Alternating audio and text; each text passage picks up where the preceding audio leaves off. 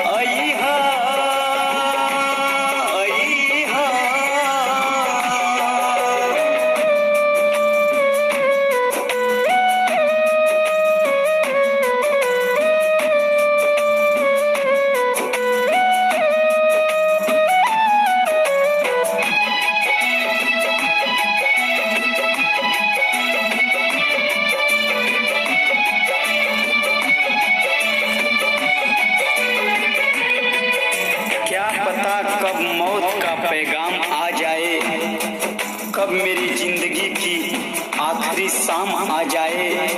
मैं तो उस पल का इंतजार करता हूँ ऐ मेरे दोस्त, मेरी जिंदगी भी जिस दिन आपके काम आ जाए।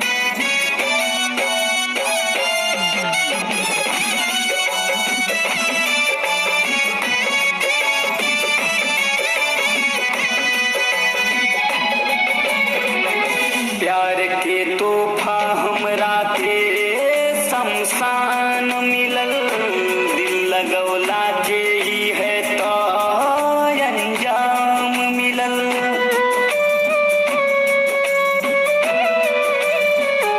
प्यार के तोहफा हमरा के शमशान मिलल, दिल लगौला के ही है तो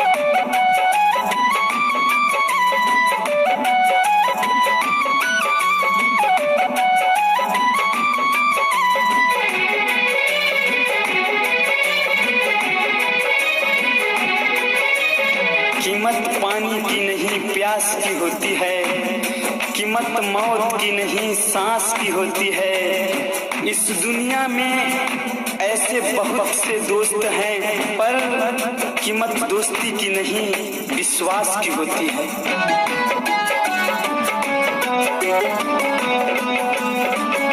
जहाँ रह जान तू खूबे खुशहाल रहा, दुआ बारब से जग में तू निहाल रहा।